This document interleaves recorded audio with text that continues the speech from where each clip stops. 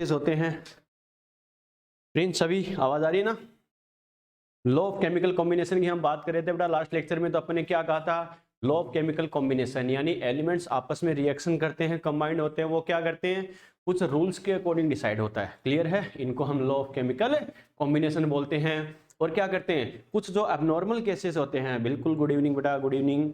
जो abnormal cases होते हैं बेटा, जैसे अपने कहा था isotopes, LOA, radio activity, nuclear fusion and fission और नॉन स्टाइकियोमेट्रिक कंपाउंड, इनमें ये law of chemical combination applicable नहीं होंगे बेटा। समझ में आ गया, क्लियर है। चलो बेटा स्टार्ट करते हैं वन बाय वन। देखो नंबर वन लिखो, law of mass conservation.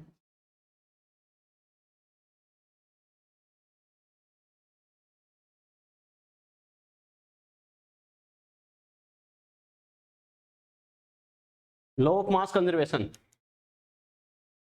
Law of mass conservation.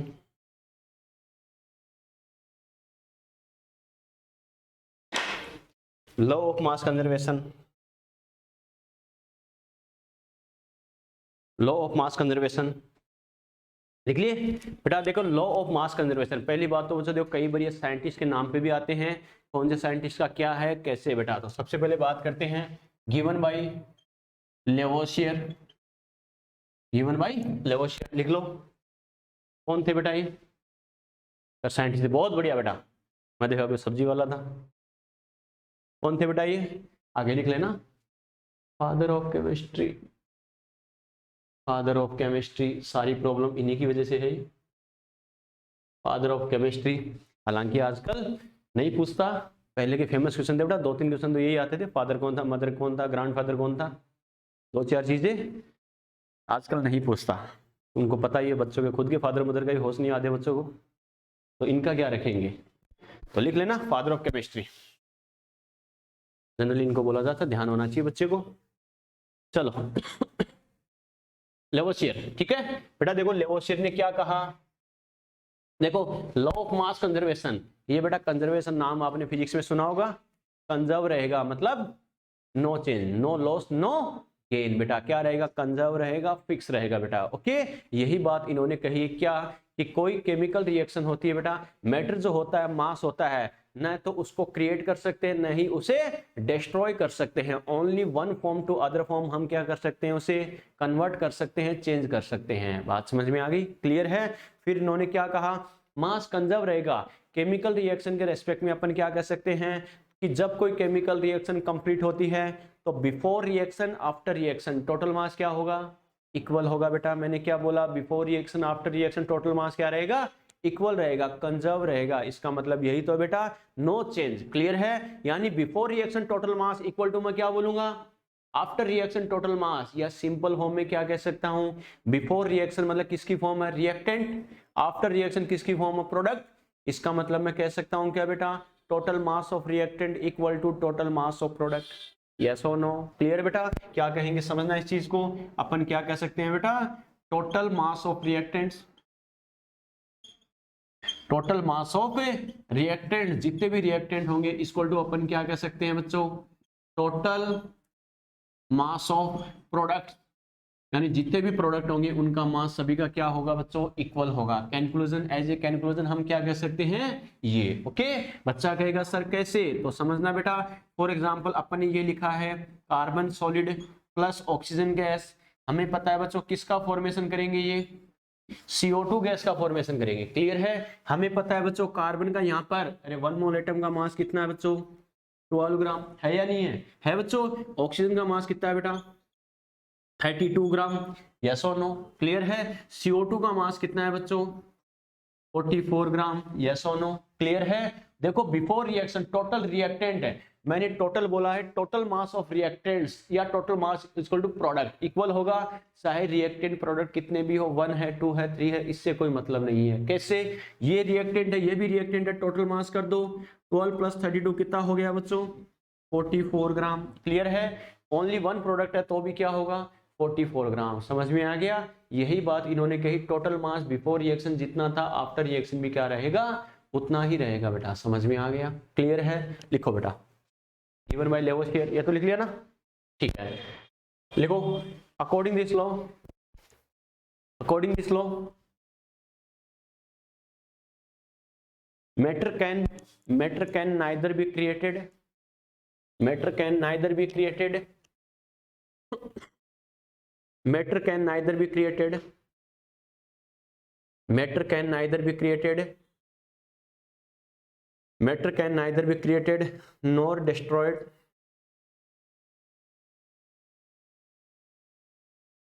matter can neither be created nor destroyed, ठीक है, only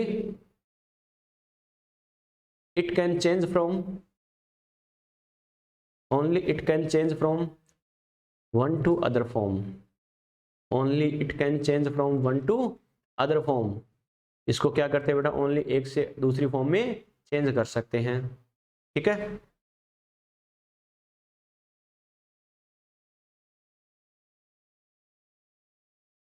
लिखो in a chemical reaction, next point लिखो, in a chemical reaction, in a chemical reaction total mass before reaction,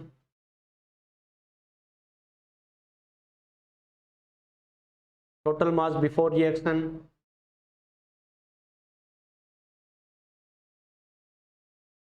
and total mass after reaction,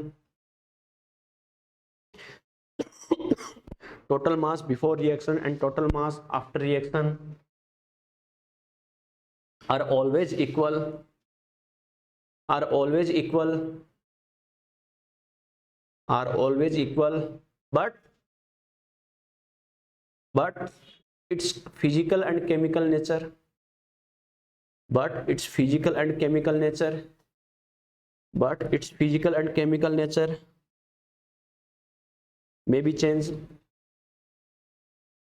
physical chemical nature may be changed, लिख लिए।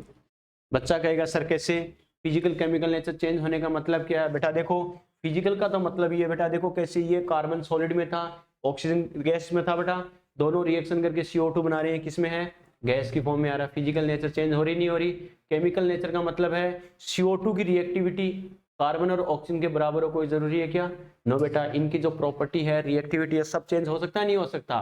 तो physical chemical nature same भी रह सकते हैं और change भी हो सकते हैं। फिजिकल केमिकल नेचर की वजह से कोई फर्क नहीं पड़ेगा, वो चाहे चेंज भी हो कोई दिक्कत नहीं है, लेकिन मास हमेशा क्या रहेगा, इक्वल ही रहेगा बेटा। समझ में आ गया, क्लियर है। ये लिख लो पहले, total mass before, total mass of reactants equal to total mass of product, और ये एग्जांपल।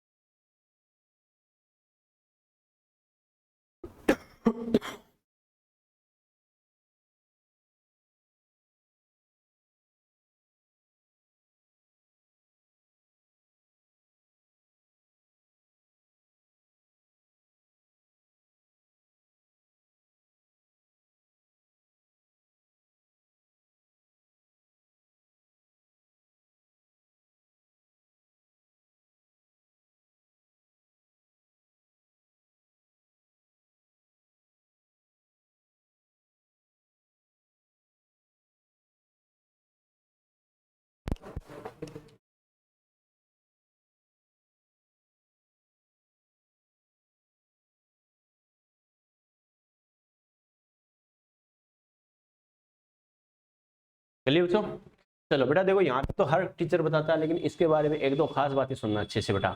एक तो बच्चों हम बोल सकते हैं क्या, the balancing of chemical reaction generally based on this law.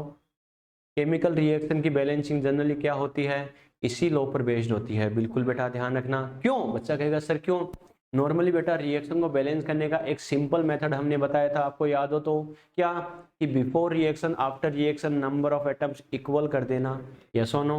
अरे करते नहीं करते, जैसे इसमें बिफोर रिएक्शन कार्बन का 1 एटम है, तो आफ्टर रिएक्शन में क्या करते हैं, 1 एटम ही बनाते हैं। क्यों, क्योंकि बिफोर रिएक्शन कार्बन का 1 एटम है, यानी 1 मोल एटम के रेस्पेक्ट में इसका मास 12 ग्राम होगा।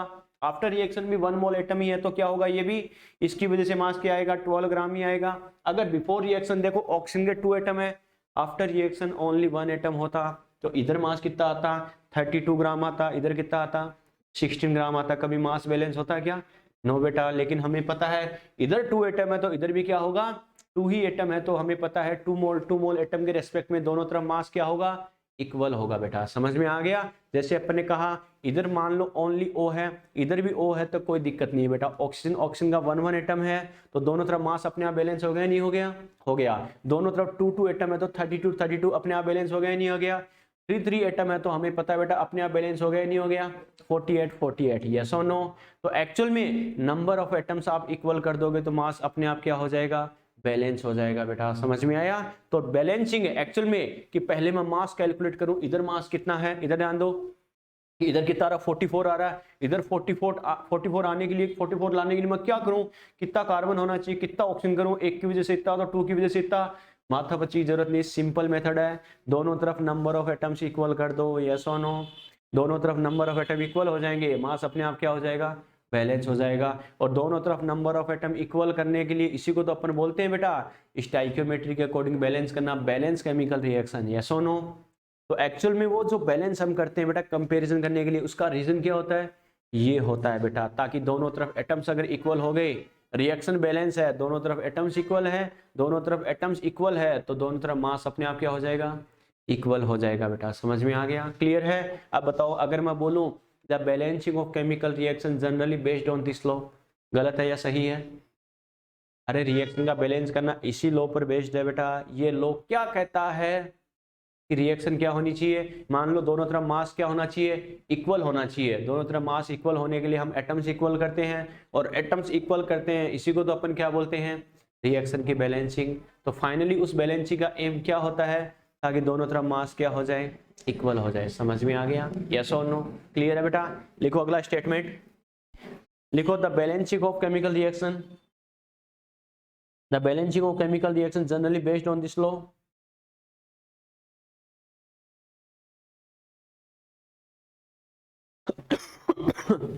ये स्टेटमेंट लिखो, फिर बात करते हैं। The balancing of chemical reaction generally based on this law, the balancing of chemical reaction generally based on this law. Chemical reaction की जो बैलेंसिंग होती है जनरली क्या होती है, इसी लॉ पर बेस्ड होती है। क्लियर है। देखो जैसे बच्चे ने क्वेश्चन पूछा है कि सर एटमॉस्फेयर में इतनी गैसेस होती है, एटमॉस्फेयर में इतनी गैसेस होती है, तो वो आपस में रिएक्शन करके अलग अलग कंपाउंड्स क्यों नहीं बनाती। ओके, सिंपल सी बात बताओ बच्चों, क्लास में इतने बच्चे होते हैं तो आपस में वो फाइट क्यों नहीं करते। बात समझ में आ रही है। मेरा कहने का मतलब क्या है कि हर बच्चा आपस में अच्छे से बिहेव करे, या सारे बच्चे आपस में फाइट क्यों नहीं करते, डिपेंड किस पर करता है, सिचुएशन पर, यस और नो। अगर दोनों में फाइट की सिचुएशन आ गई तो दोनों हर हाल में क्या करेंगे, फाइट करेंगे ही करेंगे बेटा। सेम केस यही है बच्चों। क्या, अगर बच्चों देखो जैसे एटमॉस्फेयर में हमें पता है नाइट्रोजन भी खूब सारी है, कोई दिक्कत नहीं है, ऑक्सीजन भी खूब सारी है, कोई दिक्कत नहीं है। अगर मैंने क्या कहा, दोनों की नो डाउट दोनों की रिएक्शन हो सकती है, मैंने बोला हो सकती है, हमेशा हो जरूरी नहीं है बेटा। दोनों रिएक्शन करके नो डाउट नाइट्रिक ऑक्साइड बना सकती है, लेकिन हमेशा बनाए जरूरी है क्या, नो बेटा। क्यों, अपने एटमॉस्फेयर की जो कंडीशन है बेटा फिलहाल, वो नाइट्रोजन को किस फॉर्म में रखने के लिए फेवरेबल है, N2 की फॉर्म में ही रखने के लिए ही फेवरेबल है बेटा। समझ में आ गया, क्लियर है। अपने जो एटमॉस्फेयर की फिलहाल जो कंडीशन है बेटा, टेम्परेचर प्रेशर वगैरह है, वो किसकी फॉर्म में सुटेबल है, ऑक्सीजन को O2 की फॉर्म में रखने के लिए ही सुटेबल है बेटा, यस और नो। ठीक है, अगर नाइट्रोजन और ऑक्सीजन की रिएक्शन के लिए क्या, जो टेम्परेचर प्रेशर की जो कंडीशन सिचुएशन होती है बेटा, वो अगर प्रोवाइड करवा दे लेबोरेटरी में, तो दोनों रिएक्शन करके नाइट्रिक ऑक्साइड बना सकते हैं। ओजोन वाला केस है बेटा, ओजोन लेयर में क्या होता है बच्चों, ओजोन है, ब्रेक होता है O2+O में, यस और नो। और ये जो बेटा फ्री ऑक्सीजन बच गया, ये वापस O2 से रिएक्शन करके क्या बनाता है, ओजोन बना देता है, यस और नो। मेरा कहने का मतलब क्या है बच्चों, इधर ध्यान दो। एक्चुअल में क्या, ऑक्सीजन की फॉर्म तो तीनों ही है, O3 भी है, O2 भी है, ओनली O है। अरे एटमॉस्फेयर में ऑक्सीजन तीनों ही फॉर्म में हो सकता है, नहीं हो सकता, लेकिन सर O2 में ही क्यों रहता है, क्योंकि फिलहाल जो नेचुरल कंडीशंस है बेटा, वो सबसे ज्यादा मोस्ट सुटेबल किसके लिए है, O2 के लिए है बेटा। क्लियर है। ओनली O और O3 के फॉर्मेशन के लिए जो कंडीशन चाहिए, अगर नेचुरली या तो ऑटोमेटिक हो सकता है या अपन लेबोरेटरी में कर सकते हैं बेटा, ओजोन लेयर में वही कंडीशन होती है बेटा, इसीलिए तो क्या होता है, अरे अपने हमें पता है जो स्पेस है बेटा, स्काई है, उसके कई सारी लेयर्स होती है, ट्रोपोस्फीयर, स्ट्रेटोस्फीयर, अपन मीजोस्फीयर बोलते नहीं बोलते हैं, लेकिन हमें पता है ओजोन लेयर में इसका फॉर्मेशन क्यों होता है, क्योंकि ओजोन के फॉर्मेशन के लिए, O3 के फॉर्मेशन के लिए जो कंडीशन चाहिए वो वही प्रेजेंट है बेटा, समझ में आ गया। इस वजह से उसी लेयर में क्या होता है, ओजोन का फॉर्मेशन होता है। मेरा कहने का मतलब समझ में आया बेटा, सब कुछ डिपेंड करेगा किस पर, सिचुएशन पर, कि जिसका फॉर्मेशन तुम करना चाहते हो नेचुरली वैसी कंडीशन अपने आप आ गई है तो उसका फॉर्मेशन हो जाएगा, नहीं आ रही है तो नहीं होगा बेटा, समझ में आ गया, क्लियर है। ये वही बात होगी बेटा, जैसे फॉरेस्ट वही बात है, पर बोलते हैं ना जंगल में आग लग जाती है, कई बार होता है सर जब जंगल में इतने सारे पेड़ है, ट्री है, जरूरी नहीं सारे हरे हो, ग्रीन हो, सभी में वाटर हो, तो उनमें आग क्यों नहीं लग सकती, लग सकती है, लेकिन हमेशा आग लगती रहे कोई जरूरी है क्या, डिपेंड किस पर करता है, कंडीशन पर बेटा, एक स्पार्क होना, हाई टेम्परेचर होना, जब नेचुरली कई बार वो कंडीशन आ जाती है तो क्या होता है, फायर वाला केस होता ही होता है बेटा। तो कुछ भी प्रोसेस हो रहा है बेटा, डिपेंड किस पर करेगा, कंडीशंस पर। फिलहाल जो कंडीशन क्या है, नाइट्रोजन को N2 यानी जो एटमॉस्फेयर की अपनी जो नेचुरल कंडीशन है बेटा, वो सबसे ज्यादा सुटेबल नाइट्रोजन को N2 की फॉर्म में रखना ही है, और ऑक्सीजन को क्या O2 की फॉर्म में रखना ही है बेटा। ओके, जैसे मान लो नाइट्रोजन और हाइड्रोजन आपस में रिएक्शन करके अमोनिया बनाते नहीं बनाते, अपन बोलते तो हैं लेकिन अपन ये बोलते हैं बेटा ये क्या होता है, लेबोरेटरी की कंडीशन होती है बेटा एक्चुअल में। ओके, क्योंकि ऐसा होता तो नाइट्रोजन, हमें पता है एटमॉस्फेयर में नाइट्रोजन 78% नहीं होता, सिर्फ और सिर्फ क्या होता, अमोनिया का ही राज होता बेटा, होता नहीं होता। लेकिन ये जो कंडीशन अपन हैबर प्रोसेस क्यों बोलते हैं, लेबोरेटरी में उसका फॉर्मेशन कैसे कर सकते हैं बेटा, इस वजह से अपन बोलते हैं हैबर प्रोसेस। बात समझ में आ रही है क्या, क्लियर है। तो ये जो कंडीशंस होती है बेटा, ये तो या तो नेचुरली कुछ इंसिडेंट होता है या फिर लेबोरेटरी प्रोसेस होते हैं कि जो कंडीशंस इनके लिए सुटेबल होती है फॉर्मेशन के लिए, उनको कंडीशन प्रोवाइड करवाती है, तब जाके ये कंपाउंड्स इनका फॉर्मेशन होता है, या कभी कभार नेचुरली भी हो जाता है कुछ टाइम के लिए, ना कि हमेशा। हमेशा हो गए तो नाइट्रोजन, ऑक्सीजन, हाइड्रोजन ये सब बचेंगे ही नहीं बच्चों, समझ में आ रहा है, यस और नो, क्लियर है, ठीक है, ध्यान रखना। सर फिर इनके स्टेट क्यों बदल जाते हैं, इनके स्टेट, सिंपल सी बात है, स्टेट बदलना तो अपने आप है। तो आइस निकाला तुमने, ठीक है, आइस निकाला एटमॉस्फेयर में रख दिया, बात वही आ रही है, आइस निकाला वाटर में, तूने एटमॉस्फेयर में रख दिया, फिजिकल स्टेट चेंज होगी नहीं होगी धीरे धीरे, यस और नो, डिपेंड किस पर कर रहा है, तुम कैसी कंडीशन दे रहे हो, बात समझ में आ रही है, और वो किस फॉर्म में एग्जिस्ट करेगा। अगर आपने आइस क्यूब को निकाल कर फ्रीज के बाहर रख दिया जहां का टेम्परेचर फ्रीजर के कंपैरिजन में ज्यादा है, तो सीधी सी बात है वो सॉलिड से लिक्विड में कन्वर्ट होगा ही होगा, उसके बॉन्ड ब्रेक होंगे ही होंगे हीट गेन करके, क्लियर है। वाटर है, वाटर को आपने फ्रीजर में रख दिया, कुछ टाइम बाद वो आइस में कन्वर्ट होगा ही होगा बेटा, यस और नो, क्योंकि जो कंडीशन उसको लिक्विड से सॉलिड में आने के लिए चाहिए वो आइस की फॉर्म में स्टेबल होगा तो सॉलिड फॉर्म में आ जाएगा, समझ में आ गया, यस और नो। तो वो जो कंडीशन आप दे रहे हो उसमें किस कंडीशन में वो रह सकता है बेटा, उसी में वो एग्जिस्ट करेगा। अरे वही बात है, अपन क्या करते हैं अलग अलग एटमॉस्फेयर के अकॉर्डिंग खुद में चेंजेस करते हैं, सेम वही कंडीशन है, समझ में आया। सर हम यहाँ ऐसे क्यों रहते हैं, वहां पर के जो यूरोप में ऐसे क्यों रहते हैं, वहां ऐसे क्यों रहते हैं, इसका रीजन क्या है बेटा, घूम फिर के मतलब वही आ जाता है, बात समझ में आई क्या, क्यों, वहां की कंडीशंस क्या है और उसके अकॉर्डिंग लोगों के लिए क्या सूटेबल है, वो सब इसी पे डिपेंड करता है। सर वो वेस्ट इंडीज वाले होते हैं इतने क्यूट क्यों होते हैं, इतने पावरफुल क्यों होते हैं, अपने वालों में तो कोई बढ़िया टाइमिंग बैठ जाए, कोहली, रोहित शर्मा इनकी या KL राहुल की बढ़िया टाइमिंग बैठ जाए तो थक्का जाता है, लेकिन वो काली तो मजाक मजाक में मार देते हैं। अरे होता नहीं होता, होता नहीं होता, कितने क्यूट होते हैं, और हमें पता पावर कितनी होती है, क्यों, वहां की जो एक्चुअल में एटमॉस्फेरिक कंडीशंस होती है बेटा, वेस्ट इंडीज में क्या होता है एक्चुअल में, वहां पे वो क्या आइलैंड्स है वो, और वहां पर सी फूड का यूज बहुत ज्यादा होता है बेटा। थर्मोडाइनमिक्स का एक पार्ट आएगा कैलोरी वाला बेटा, उसमें एक्सप्लेन करूंगा।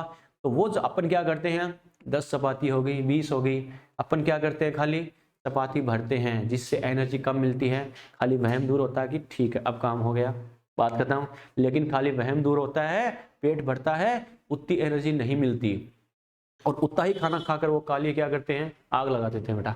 अरे होता नहीं होता, डीजे ब्रो डीजे नाचते रहते नहीं रहते, अपने आप नहीं नाचते, नाचा जाता उनसे, एनर्जी एटीपी इतनी बन गई है, अब एटीपी क्या करेगी, उनको फिक्स रहने देगी क्या, कहने का मतलब क्या, इंटरनल रीजन क्या होता है बेटा उनकी पावर का, उनके सी फूड का, वो सी फूड जनरली यूज करते हैं जो क्या करते हैं, नॉर्मल अपन कार्बोहाइड्रेट लेते हैं उसके कंपैरिजन में बहुत ज्यादा पावरफुल होता है, ज्यादा एनर्जी प्रोवाइड करवाता है बेटा, ठीक है, बात समझ में आ गई, क्लियर, चलो बेटा। तो सब कुछ डिपेंड करेगा कंडीशंस पर और उसकी हैबिट पर, उसके हैबिचुअल। ठीक है बेटा, चलो ये तो लिख लिया ना। The balancing of chemical reaction generally based on this law, the balancing of chemical reaction generally based on this law. अच्छा Prince, crystal clear sir, West Indies वाला एग्जांपल दे दिया, समझ में आ गया कि सर हम इतने क्यूट क्यों नहीं है। समझ में आया?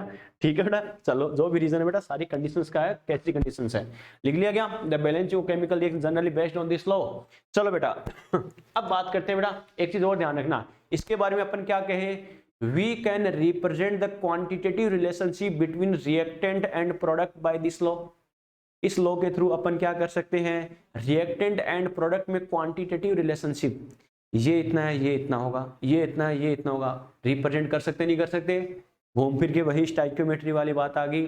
अपन कंपैरिजन किस में करते हैं, स्टाइकियोमेट्री में। स्टाइकियोमेट्री में क्या करते हैं, रिएक्शन को बैलेंस करके, रिएक्शन बैलेंस किसकी हेल्प से करते हैं, इस लॉ की हेल्प से। तो फाइनली जो कंपैरिजन हो गया किसके बेसिस पे आ गया, इसी लॉ के बेसिस पे। इस लॉ के बेसिस पे पहले रिएक्शन को बैलेंस करेंगे, बैलेंसिंग करके जो स्टाइकियोमेट्री आएगी उससे कंपेयर करेंगे, ये 1 मोल है तो ये 2 मोल, ये 2 मोल है तो 4 मोल, यस और no.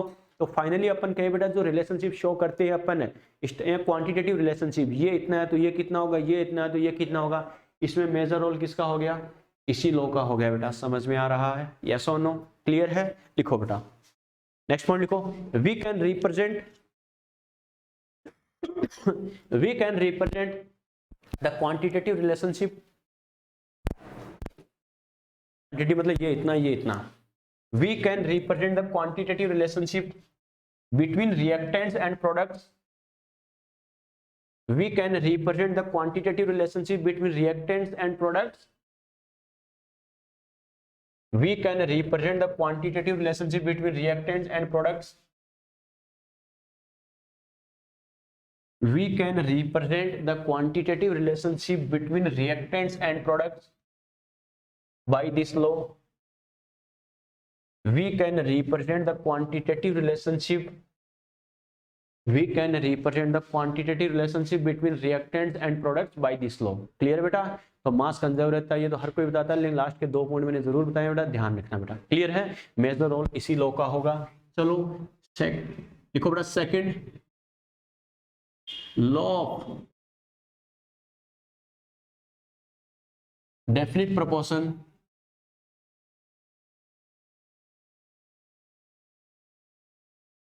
law of definite proportion,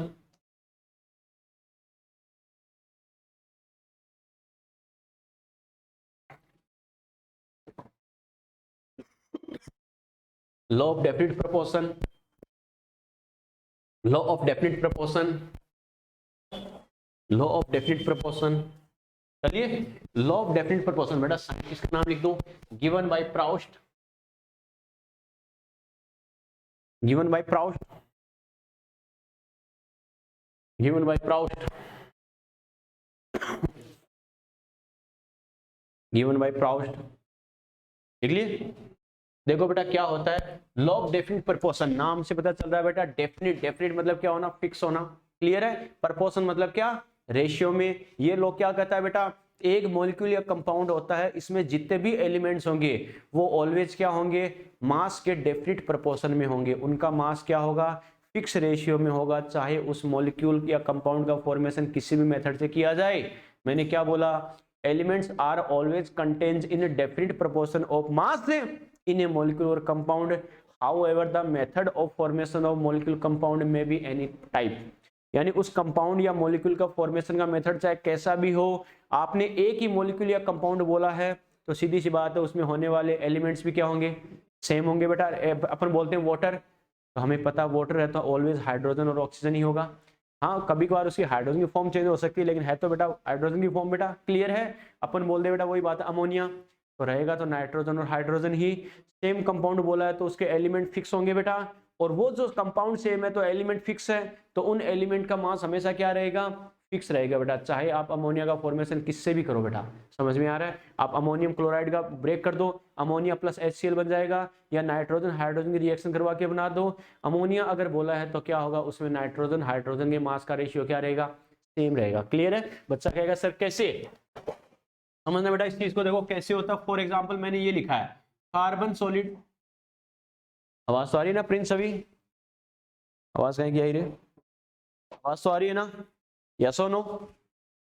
ठीक है, देखो अपन ने क्या कहा, carbon solid plus O2 gas equal to से क्या बन गया बच्चों, CO2 गैस बन गई। क्लियर है, CO2 बन गया। या मैं बोलूं बच्चों कैल्शियम कार्बोनेट है, कैल्शियम कार्बोनेट है, ये ब्रेक होके क्या बनाता है, कैल्शियम ऑक्साइड प्लस क्या बनाता है बच्चों, CO2 गैस बनाती है। क्लियर है, यहां से अपन क्या लिखेंगे 2NaHCO3, 2NaHCO3 है, ये ब्रेक होके क्या बनाएगा Na2CO3 solid plus H2O liquid और प्लस क्या होगा बेटा CO2 गैस। क्लियर है, या फिर मैं रिएक्शन लिखूं बेटा CaCO3 solid plus 2HCl aqueous, इसकी रिएक्शन से मान लो बनता है CaCl2 solid plus H2O liquid और प्लस CO2 गैस। मेरा कहने का मतलब क्या है बच्चों, बाकी प्रोडक्ट तो बन ही रहे हैं, एक प्रोडक्ट कॉमन क्या है, CO2। मैंने CO2 का फॉर्मेशन अलग अलग प्रोसेस से करवाया, इसमें तो कार्बन और ऑक्सीजन की रिएक्शन से। इसमें कैल्शियम कार्बोनेट है, उसको ब्रेक करके कैल्शियम ऑक्साइड प्लस CO2 बन गया। सोडियम बाइकार्बोनेट है, उसको ब्रेक करने से क्या होगा, sodium carbonate plus H2O plus CO2 बन गया। इसमें कैल्शियम कार्बोनेट की HCl से रिएक्शन करवा दी तो क्या हो गया, कैल्शियम क्लोराइड बन गया, H2 बन गया, CO2 बन गया। क्लियर है बेटा, इसका मतलब CO2 का फॉर्मेशन मैंने अलग अलग प्रोसेस से किया है।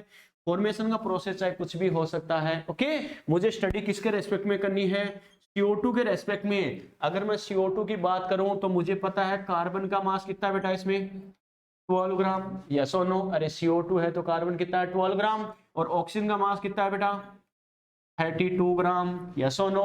तो हमें पता है इसमें कार्बन और ऑक्सीजन के मास का रेशियो ऑलवेज क्या रहेगा 12:32 ही रहेगा, यस और नो। यही बात मैंने बोली है क्या, कि कोई मॉलिक्यूल या कंपाउंड है उसमें एलिमेंट के मास का रेशियो हमेशा क्या रहेगा, सेम रहता है, चाहे उस मॉलिक्यूल का फॉर्मेशन किसी भी मेथड से आप करें, उससे कोई फर्क नहीं पड़ेगा। कार्बन डाइऑक्साइड बोला है तो मतलब कार्बन और ऑक्सीजन से ही बना है वो, एक कार्बन दो ऑक्सीजन, यस और नो। तो उसमें इनके नंबर का वही बात है, रेशियो फिक्स है बेटा, तो सीधी सी बात है मास का रेशियो अपने आप क्या रहेगा, फिक्स रहेगा बेटा। समझ में, डेफिनेट प्रोपोर्शन फिक्स रेशियो में रहेंगे 12:32।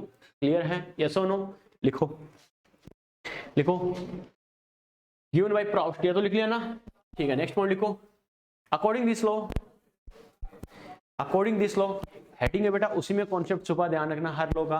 According this law elements elements contains elements contains always in a definite proportion of mass, elements contains always in a definite proportion of mass, elements contains always in a definite proportion of mass in a molecule or compound, element contains always in a definite proportion of mass in a molecule or compound, whatever the method of formation, whatever the method of formation of molecule or compound may be any type, whatever the method of formation of molecule or compound may be any type, molecule और compound के formation की method कुछ भी हो चाहे, may be any type। Clear है? For example आप दो बोर्ड में जैसे लिखा, इसमें मैंने अलग से CO2 क्यों लिखा, समझ गए ना? ये मॉलिक्यूल सभी में कॉमन है, चाहे फॉर्मेशन इसका किससे हो, इसमें कार्बन ऑक्सीजन का रेशियो फिक्स रहेगा।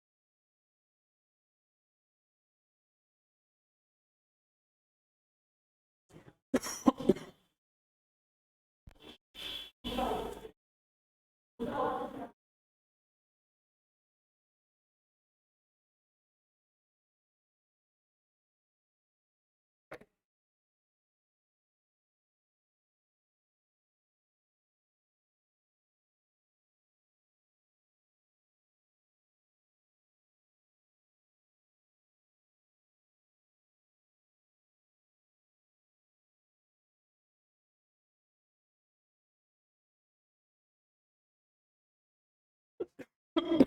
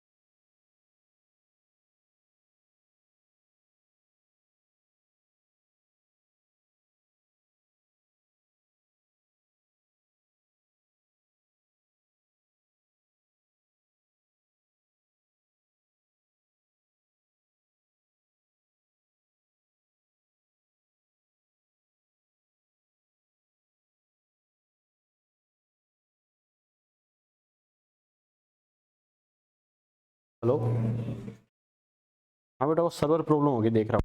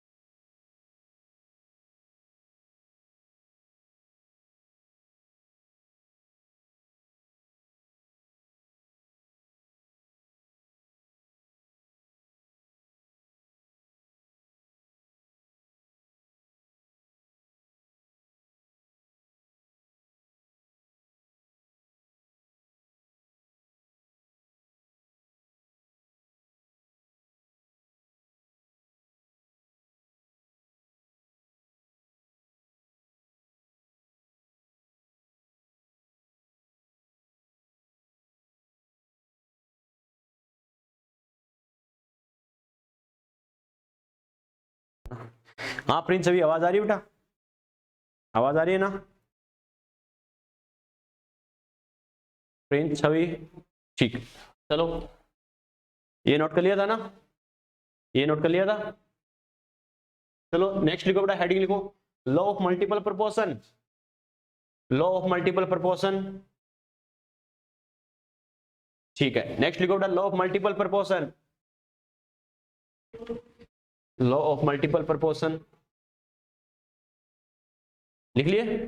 चलो देखो बेटा, बात करते हैं। पहली बात तो मैंने क्या कहा था, हेडिंग में ही कॉन्सेप्ट छिपा है बच्चों। ओके, नाम से पता चला law of multiple proportion. Proportion मतलब क्या होगा, रेशियो। मल्टीपल, मल्टीपल मतलब क्या होगा, 1 time, 2 time, 3 time, 4 time. Clear है? बच्चा कहेगा सर ऐसे कैसे, अभी आपने क्या कहा है, डेफिनिट होगा, फिक्स होगा। अब बोला है मल्टीपल होगा, सर ऐसा कैसे, दोनों का मल्टीपल नहीं होगा। ध्यान रखना ये क्या कहता है, लो सुनना बच्चों अच्छे से, अगर सुनना।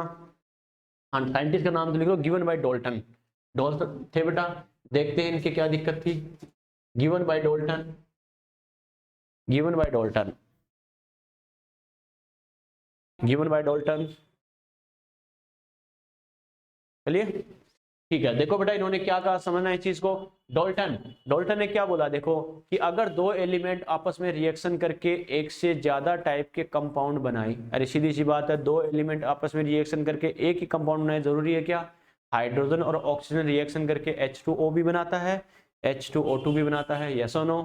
अरे बनाते नहीं बनाते? दो एलिमेंट आपस में रिएक्शन करके क्या करते हैं बच्चों, एक से ज्यादा टाइप के कंपाउंड बना सकते हैं। क्लियर है? तो फिर इन्होंने क्या कहा, when two elements are combined and form two more than one types of compounds, then the mass of one element which is react with the definite mass of other element is always in a simple integer ratio या multiple। Okay, इन्होंने क्या बोला कि जब दो element आपस में reaction करके एक से ज्यादा मॉलिक्यूल या कंपाउंड का फॉर्मेशन करते हैं तो उनमें क्या होगा, एक एलिमेंट का मास क्या होगा, फिक्स होगा, तो दूसरे का मास अपने आप क्या आएगा, सिंपल इंटीजर मल्टीपल में आएगा बेटा, यानी 1 टाइम 2 टाइम 3 टाइम इस टर्म में आएगा। बच्चों समझ में आ गया, क्लियर है? बच्चा कहेगा सर कैसे, तो एक एग्जांपल से इस बात को समझना बेटा। देखो मैं लिखूं कार्बन प्लस ऑक्सीजन, क्लियर है, रिएक्शन नहीं करवा रहा हूं, खाली एलिमेंट लिख रहा हूं मैं कि कार्बन और ऑक्सीजन को मिलाकर मैं दो एलिमेंट, दो कंपाउंड बना सकता हूं, कार्बन मोनोऑक्साइड भी बना सकता हूं और कार्बन डाइऑक्साइड भी बना सकता हूं।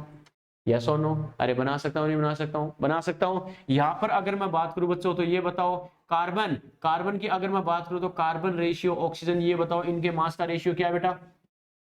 सीधी सी बात है, यहां पर मैं बात करूं कार्बन इसमें कितना है 12 ग्राम, ऑक्सीजन कितना है बेटा 16 ग्राम। यस और नो? क्लियर है? इसमें अगर मैं बात करूं बच्चों, ये बताओ कार्बन कितना है 12 ग्राम, लेकिन ऑक्सीजन का मास कितना है बेटा इसमें 32 ग्राम। यस और नो?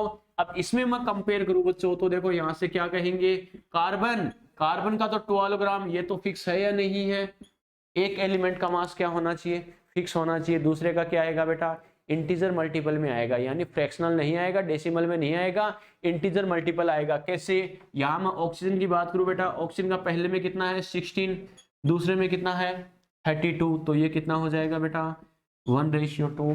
मैंने क्या बोला, समझ में आ गया? यस और नो? यही बात मैंने बोली है क्या, जब दो एलिमेंट आपस में कंबाइंड होकर रिएक्शन करके एक से ज्यादा टाइप के मॉलिक्यूल या कंपाउंड का फॉर्मेशन करे तो एक एलिमेंट का मास अगर फिक्स हो तो दूसरे के मास का रेशियो क्या होगा, इंटीजर मल्टीपल में होगा बेटा, 1 टाइम 2 टाइम 3 टाइम होगा। बच्चों समझ में आ रहा है? 1:2:3 इस टर्म में आएगा, डेसिमल में नहीं आएगा। क्लियर है? ओके, लेकिन कंडीशन क्या, एक का मास क्या होना चाहिए, फिक्स होना चाहिए बेटा। लिखो statement, according this law, according this law, according this law, according this law, when two elements are combined, according this law when two elements are combined, according this law when two elements are combined and form to more than one types of compounds and form to more than one types of molecule or compound and form to more than one types of molecule or compound, then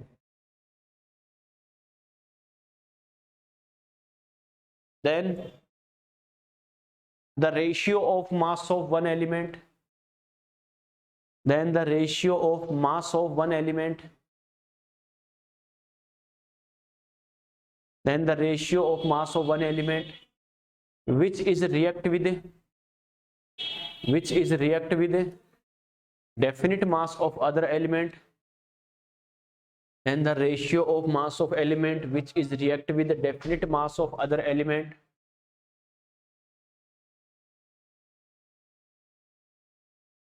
which is react with the definite mass of other element will always in will always in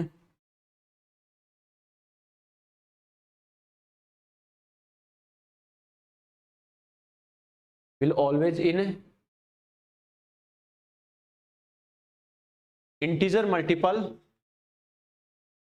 ratio, will always in integer multiple ratio। इसी वजह से law of multiple proportion बोला है, एक का मास अगर fix है तो दूसरे का क्या होगा बेटा, इंटीजर मल्टीपल रेशियो में होगा, 1:2:3 ऐसे होगा। क्लियर है? ओके, फॉर एग्जांपल लिख लो,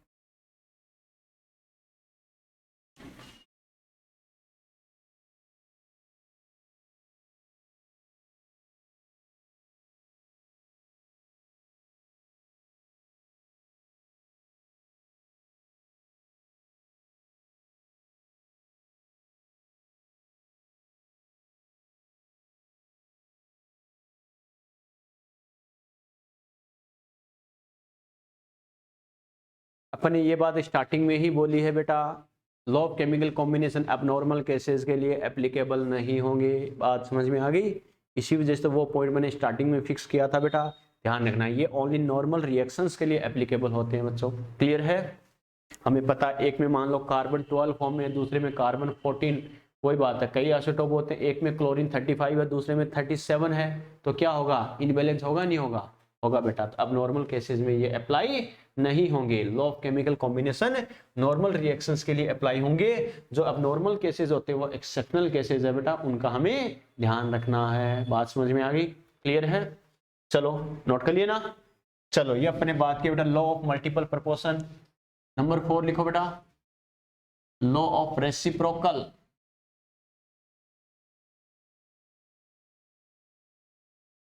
law of reciprocal proportion, law of reciprocal proportion.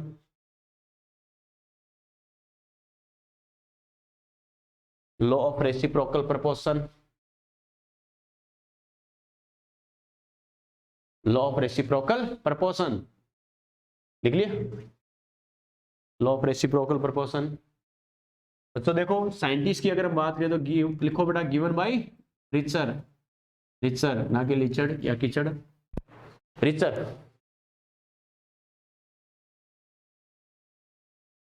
Richer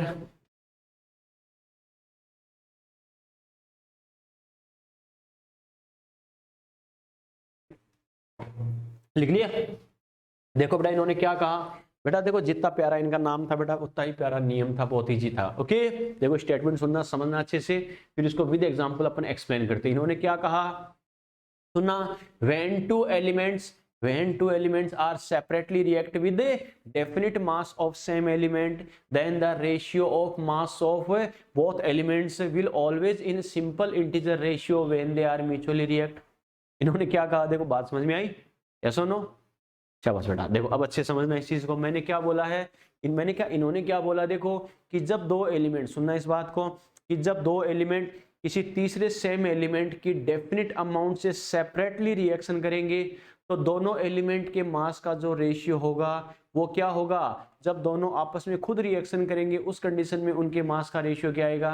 simple integer आएगा। यानी दो एलिमेंट की किसी तीसरे सेम एलिमेंट की सेम अमाउंट से रिएक्शन करवाएंगे, उस कंडीशन में दोनों डिफरेंट एलिमेंट के मास का जो रेशियो आता है, फिर इन दोनों की आपस में खुद की रिएक्शन करवाएंगे, उस कंडीशन में मास के रेशियो का क्या होगा? सिंपल इंटीजर होगा। 1 टाइम 2 टाइम 3 टाइम होगा, यानी फ्रैक्शनल नहीं होगा बेटा। ओके बच्चा कहेगा सर कैसे? तो देखो एक रियल एग्जांपल लेके बताते हैं बेटा कैसे। मैंने लिया है कार्बन प्लस हाइड्रोजन, मैं ओनली एलिमेंट ले रहा हूं, किसके फॉर्मेशन के लिए कितने एटम रिक्वायर्ड होंगे वो हम पढ़ चुके हैं महाभारत बेटा। ओके कैसे? कार्बन और हाइड्रोजन की बात करें बेटा तो हमें पता है इनका मोस्ट पॉपुलर कंपाउंड कौन सा होता है? अरे मोस्ट स्टेबल कंपाउंड कौन सा? मेथेन। मेथेन मैंने बना दिया। फिर मैं बोलूं बच्चों oxygen plus hydrogen, oxygen hydrogen की रिएक्शन से मुझे पता है मोस्ट स्टेबल कंपाउंड कौन सा है? H2O, वो मैंने बना दिया। क्लियर है? यहां मैं बात करूं बेटा तो देखो कार्बन की अगर हम बात करें, कार्बन कितना है? 12 ग्राम। और हाइड्रोजन कितना है बेटा? अरे हाइड्रोजन कितना है इसमें? 4 ग्राम। यस और नो? क्लियर है? इसमें मैं बात करूं बेटा ऑक्सीजन कितना है? अरे 16 ग्राम। और हाइड्रोजन कितना है बेटा? 2 ग्राम। तो पहली बात तो हमने बोली है बेटा क्या, कि जो सेम एलिमेंट है उसका मास क्या होना चाहिए? फिक्स होना चाहिए, सेम होना चाहिए। सेम एलिमेंट कौन है? हाइड्रोजन। क्लियर है बेटा? तो हाइड्रोजन का दोनों में मास क्या लेना है? सेम लेना है, इक्वल लेना है। तो ये बताओ हाइड्रोजन के मास को इक्वल करने के लिए हम क्या कर सकते हैं बेटा?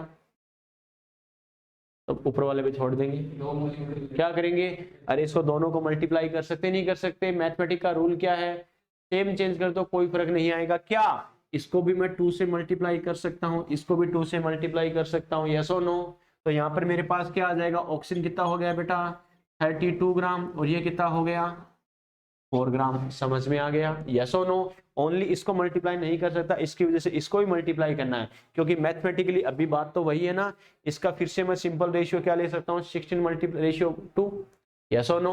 बस उसी फॉर्म को मैंने थोड़ा सा मॉडिफाइड करके लिख दिया। समझ में आ रहा है बच्चों? क्लियर है? अब क्या कहेंगे बेटा देखो समझना, इसका मतलब अब मैं इनको कंपेयर करूं तो देखो हाइड्रोजन की मैं बात करूं, हाइड्रोजन की बात करें, दोनों में हाइड्रोजन का मास तो कितना है? 4 ग्राम है। यस और नो? ये तो सेम एलिमेंट है, इसका मास तो क्या होना चाहिए बेटा? फिक्स होना चाहिए। बाकी दो डिफरेंट एलिमेंट कौन कौन से हैं? कार्बन रेशियो ऑक्सीजन, इनके मास का रेशियो कितना है 12:32, यस और नो, क्लियर है।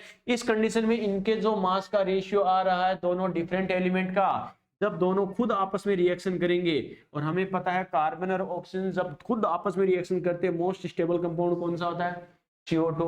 बच्चा कहेगा सर CO भी तो होता है, वो तो कंडीशन पे डिपेंड करेगा, CO के लिए जो कंडीशन चाहिए वो आप प्रोवाइड करवा रहे हो क्या, बाकी नॉर्मली जनरली हमें पता है जो मोस्ट स्टेबल फॉर्म है वो बनेगी तो CO2, क्लियर है बेटा। हमें पता है इसमें अगर मैं बात करूं कार्बन मुझे पता है 12 ग्राम होता है, ऑक्सीजन कितना होता है बेटा 32 ग्राम होता है, तो ये बताओ इसमें कार्बन रेशियो ऑक्सीजन दोनों का रेशियो कितना होगा 12:32, समझ में आया।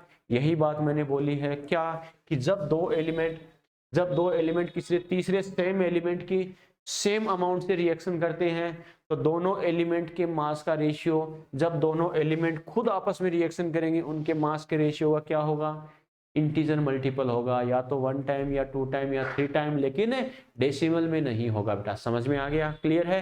रेसिप्रोकल का मतलब ही होता है उल्टा सीधा, यानी पहले तो दो एलिमेंट की किसी तीसरे एलिमेंट से रिएक्शन करवाएंगे, फिर दोनों एलिमेंट की खुद की रिएक्शन करवाएंगे, जब तीसरा सेम एलिमेंट है उसका मास फिक्स कर देंगे तो दो डिफरेंट एलिमेंट का मास अपने आप क्या आ जाएगा सिंपल इंटीजर में आ जाएगा। आप देख सकते हो 1232 1 टाइम 2 टाइम इसी टर्म में आएगा, समझ में आ रहा है, क्लियर है। देखो बेटा देखो according this law according this law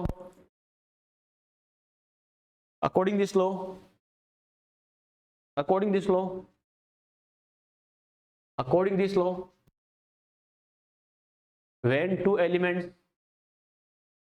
when two elements are separately react with when two elements are separately react with when two elements are separately react with definite mass of same element when two elements are separately react with the definite mass of same element then the ratio of mass of both elements then the ratio of mass of both elements then the ratio of mass of both elements then the ratio of mass of both elements will always in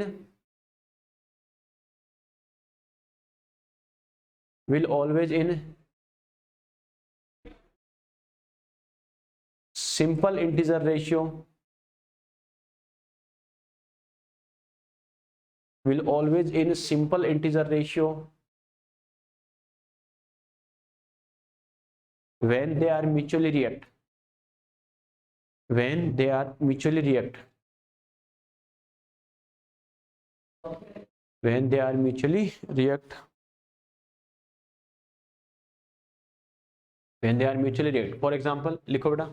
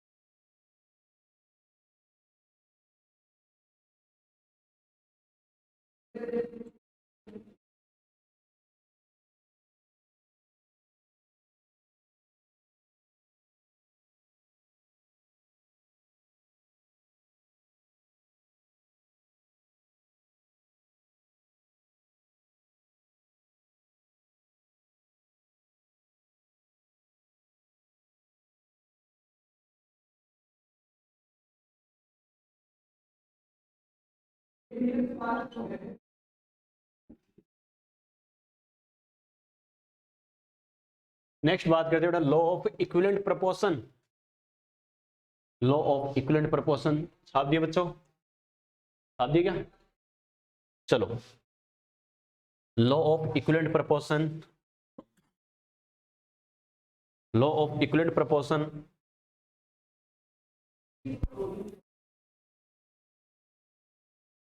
लिख लिए,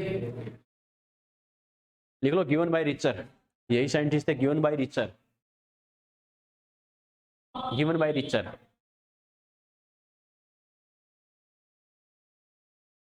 लिख लिए। देखो बेटा नाम से पता चल रहा है, मैंने क्या कहा था, हेडिंग में ही कॉन्सेप्ट छिपा है बेटा। इन्होंने क्या कहा, इक्विवेलेंट प्रोपोर्शन, यानी अब एलिमेंट के मास का रेशियो क्या होगा, उनके इक्विवेलेंट वेट के रेशियो में होगा। क्लियर है? इन्होंने क्या कहा कि जब एलिमेंट आपस में रिएक्ट करते हैं, कंबाइंड होते हैं, तो उनके जो मास का रेशियो क्या होगा, ऑलवेज उनके इक्विवेलेंट वेट के रेशियो के इक्वल होगा। ओके, यानी क्या कहा, यानी जो एलिमेंट जो रिएक्ट करेंगे आपस में, दो एलिमेंट आपस में रिएक्ट करते हैं, तो उनके मास का रेशियो ऑलवेज क्या होगा, इक्विवेलेंट वेट या इक्विवेलेंट मास के रेशियो के बराबर होगा। इक्विवेलेंट प्रोपोर्शन, जो इक्विवेलेंट वेट का रेशियो आएगा, प्रोपोर्शन आएगा, वही क्या होगा, उनके मास का रेशियो होगा। बच्चा कहेगा सर कैसे, तो समझना बेटा, एग्जांपल से समझना। मैंने लिखा है बेटा a प्लस बी मान लो आपस में रिएक्शन करके कोई प्रोडक्ट बनाते हैं। क्लियर है? अब बच्चों हमें पता है इक्विवेलेंट कॉन्सेप्ट का रूल क्या कहता है कि सभी रिएक्टेंट एंड प्रोडक्ट के इक्विवेलेंट हमेशा क्या होंगे, इक्वल होंगे। यस और नो, तो अपन क्या लिखेंगे, ए के इक्विवेलेंट इक्वल टू क्या लिखेंगे, बी के इक्विवेलेंट। यस और नो? और हमें पता है बच्चों इक्विवेलेंट क्या होता है, अरे ई को अपन क्या लिख सकते हैं, W upon E, capital E for A equal to W upon capital E for B. लिख सकते हैं, नहीं लिख सकते? मास को बेटा एक साइड लेके आ जाओ, डब्ल्यू ए अपॉन क्या लिखूंगा, डब्ल्यू बी। इक्विवेलेंट वेट को एक तरफ लेके आ जाओ, ई ए अपॉन क्या लिखेंगे, ई बी। यस और नो? यस और नो? दो एलिमेंट आपस में रिएक्शन करेंगे, उनके वेट या मास का रेशियो उनके इक्विवेलेंट वेट के रेशियो के इक्वल आ रहा नहीं आ रहा, इक्विवेलेंट प्रोपोर्शन उनके मास के रेशियो में। आपको याद है बच्चों, इक्विवेलेंट वेट के लिए हमने एक बात कही थी, इधर ध्यान दो, इक्विवेलेंट मास या इक्विवेलेंट वेट किसी सबस्टांस की उस अमाउंट को रिप्रेजेंट करता है जो किसी अदर से रिएक्शन करता है। यस और नो? काम खत्म, प्रूफ हो रहा है बच्चों, ये समझ में आ गया। हमें पता है दो एलिमेंट आपस में रिएक्शन करेंगे तो उनके वेट या मास का रेशियो क्या होगा, जो उनके इक्विवेलेंट वेट का रेशियो है। यस और नो? इसीलिए तो हमने कहा था इक्विवेलेंट वेट उस अमाउंट को रिप्रेजेंट करेगा जो किसी अदर से रिएक्शन करेगा। क्लियर है? ए और बी आपस में कितनी अमाउंट में रिएक्शन करेगा, जो उनके इक्विवेलेंट वेट का रेशियो होगा उसी में रिएक्शन करेगा। क्लियर है? तो इनडायरेक्टली मैं कह सकता हूं ए का इक्विवेलेंट वेट और बी का इक्विवेलेंट वेट यानी वो अमाउंट है जो ए और बी की रिएक्शन में पार्टिसिपेट करेगी। तो उस टाइम हमने क्यों बोला था कि इक्विवेलेंट वेट सबस्टांस की उस अमाउंट को रिप्रेजेंट करता है जो किसी दूसरे से रिएक्शन करता है। यस और नो? मोलिकुलर वेट तो मैंने कहा था 1 मोल के रेस्पेक्ट में खुद का मास। क्लियर है? इक्विवेलेंट वेट क्या होता है, वो उस मास या अमाउंट को रिप्रेजेंट करता है जो किसी अदर से रिएक्शन करेगा। इस लॉ के अकॉर्डिंग ही वो कंक्लूजन आता है बेटा। समझ में आ गया? यस और नो? क्लियर है बेटा? प्रिंस छवि उसमें क्या बोला था बेटा, याद है ना? क्लियर है? एक्चुअल में इसी के अकॉर्डिंग बोला जाता है वो। ठीक है, लिखो बेटा, लिखो, गिवन बाय रिचर। लिख लिया? ठीक है, लिखो according this law, according this law when two elements are react or combined, when two elements are react or combined, when two elements are react or combined, then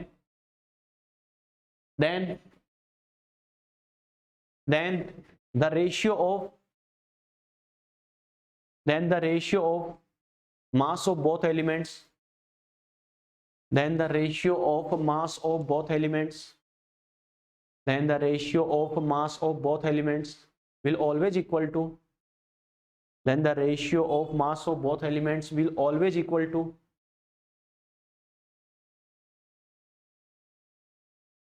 ratio of their equivalent weight, will always equal to ratio of their equivalent weight. Clear है? जब दो element आपस में reaction करेंगे बेटा तो क्या होगा, उनके मास का रेशियो क्या होगा, ऑलवेज उनके इक्विवेलेंट वेट के रेशियो के बराबर होगा। क्लियर है? और मैं एक बात और कह सकता हूं क्या, elements are combined always in ratio of their equivalent weight. Element कैसे कंबाइंड होंगे, ऑलवेज उनके इक्विवेलेंट वेट के रेशियो में। क्लियर है? एक स्टेटमेंट और लिख लो, elements are combined always elements are combined always in ratio of their equivalent weight, elements are combined always in a ratio of their equivalent weight, elements are combined always in a ratio of their equivalent weight, elements are combined always in a ratio of their equivalent weight। ठीक है बेटा, कल इसको continue करेंगे बेटा, ठीक है। कल चैप्टर कंप्लीट तो नहीं लेकिन ऑलमोस्ट कंप्लीट हो जाएगा बेटा, यहाँ तक अच्छे से करना, फिर कल वाले में ऑलमोस्ट कंप्लीट करके परसों साथ में क्वेश्चन में डिस्कस करेंगे इसका, ठीक है, यहाँ तक कर लेना।